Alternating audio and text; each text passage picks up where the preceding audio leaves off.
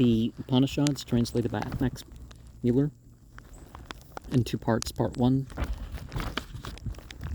Khandogya Upanishad, 3rd Prapataka, 4th Khanda.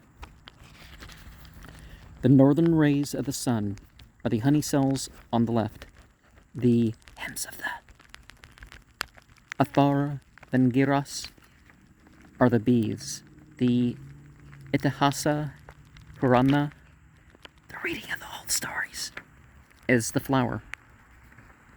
The water is the nectar.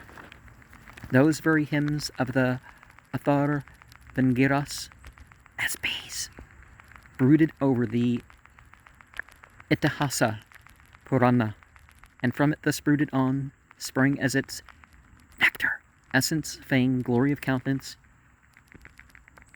vigor, strength, and health. That flowed forth and went towards the sun, and that forms what we call the extreme dark, Para Krishnam, light of the sun.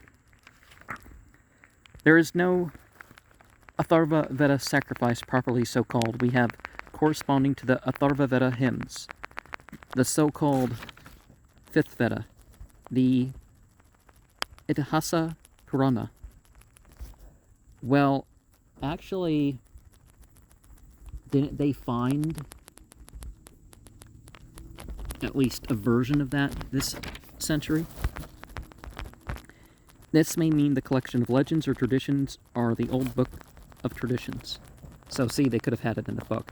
And perhaps that's where the Vedas came from, is that you had traditions and then they picked out some of the hymns out of them.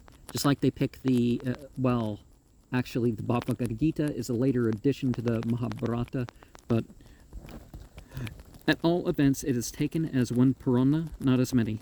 These ancient stories were repeated at the Ashvamedha sacrifice during the so-called Pariplava nights.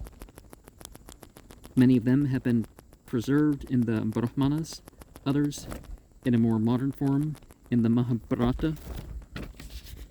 See Weber, Indich, Studien 1, page 258, the note. There is reference in some of the Hindu text about animal sacrifices in which people had to have sex with the animals first. I mean, it wasn't just, some animal orgy, and then, there was a lot of rules and stuff to it.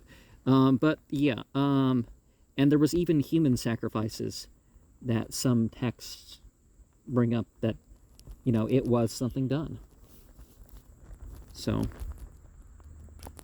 but I talked about that more in another program.